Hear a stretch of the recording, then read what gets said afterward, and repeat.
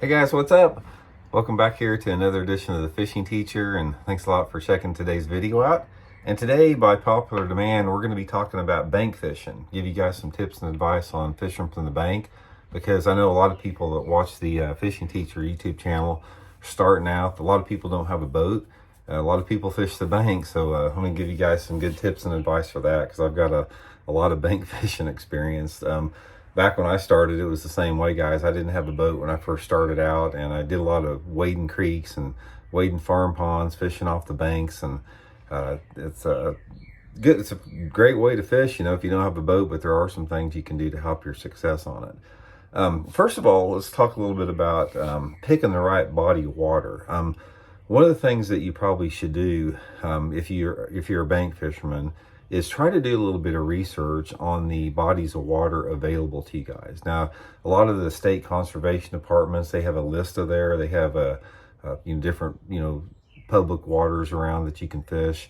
Probably the best place if you guys just want to get bit and catch a lot of fish, one of the best things to do is to just go up and try to get to your closest farming area and try to find some farmers to ask them to fish their farm ponds, because farm ponds are by far the best places to fish. Public body water, they're always going to be tougher. So if you can get on a farm pond, you'd be a lot better. But specifically what I wanted to talk about today is fishing the bank from like a public body of water on like a normal lake, because that's what a lot of people do. Sort of go over some stuff on that. First of all, a lot of it has to do with the time of year that you're fishing. And part of the thing that we're trying to teach here on the Fishing Teacher is where fish are at different times of the year. So as a general foundation, if you're fishing in the spring like this, anywhere between like March to May, those fish are going to be shallow. You don't have to throw out in deep water. You can fish on the bank or like in the back of the coves and just stay in shallow water and catch them. And depending upon how the lake is set up and the water clarity and the type of cover at different times of the year, you may have to make an adjustment with that a little bit. So the first thing that I'm going to suggest is most people, when they go to bank fish off a public body, they try to stay, they go to a public access area and they try to stay close to that. Guys, I would try to avoid that at all costs, because the public access areas are the ones that get the most bank fishing pressure. And even though the accessibility may be better there, usually the fishing's not going to be that better. So one of the things that you can probably do is you either are going to have to do some walking to get away from that immediate area, or try to find maybe some off the wall areas to launch in that you can get to, like from dirt roads or something like that. Just try to get away from the areas that are getting the most traffic flow. That's going to be a big help with you on that. The next thing that's really key on bank fishing is any type of a point or outcropping. So if you're going down a bank and you notice any type of main lake or secondary point, or maybe just some little part of the bank that outcrops from somewhere else, those are natural fish magnets. Fish always use points all year long. Really good places. You can catch fish shallow on them. You can catch fish deep on them. They're just really, really good places. So that's probably one of the best places you can get. Another really good area are steeper rock banks, like riprap banks. Riprap banks are actually not that hard to walk on, and riprap banks are great places to fish off the bank. There's always fish in a variety of depth on riprap. Really good places to fish. And the other places would be like towards the back end of the coves and shallow water. And a lot of these type of areas, the water, even if you cast out in the middle, is only 2 to 5 foot deep.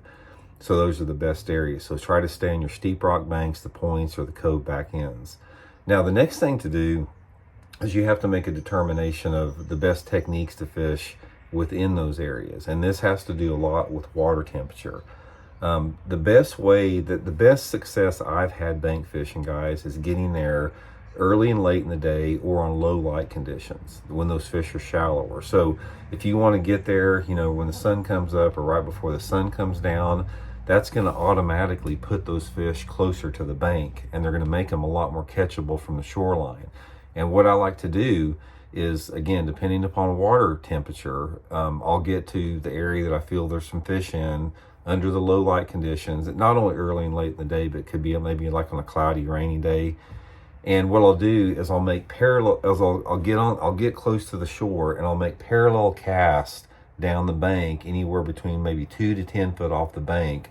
And say, for example, if the water is over 60 degrees, I'll start out with a topwater lure, like a buzzbait or a Zara spook, just fishing it parallel down those banks. And I'll just walk the bank, just making parallel casts down. And actually, this gives you a better angle than people in a boat a lot of the time. So that's a really good way to catch them. Now, on the same type of areas, if the water's a little bit cooler or maybe it's windy or something like that, try a spinnerbait or running a crankbait parallel through that. Just like, again, targeting that 2 to 10 foot off the bank, depending upon your water visibility and the water depth. Obviously, the clearer the water, a lot of times the more important the low light is, or you may have to fish a little bit deeper out there.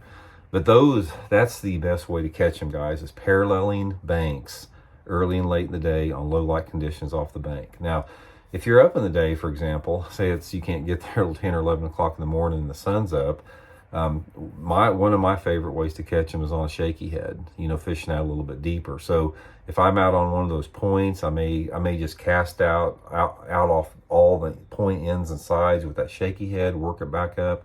Sometimes a football head jig works really good. And a lot of times it's sort of snaggy, because if you're coming uphill and it's rocky, sometimes you're going to get hung up a little bit. That's just sort of part of fishing off the bank with there. And also, if you have real clear water, sometimes you can bring those fish up even on a topwater lure, even up in the day sometimes on those points like that.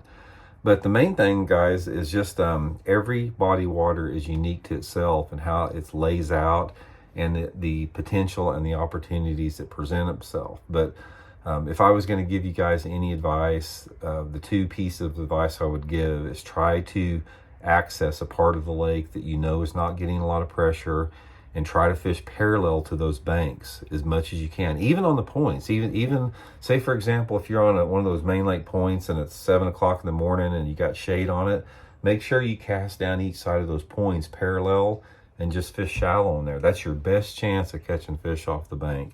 And second to that, as far as the public water, is, like I said, try to befriend a farmer, because, guys, you can catch so many good fish on a farm pond. It's just really fun.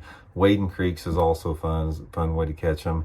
But like I said, you don't have to have a boat to catch fish. You just sort of have to adjust to the conditions that you're fishing. So anyway, hope it helps, guys, and we'll talk later. See you.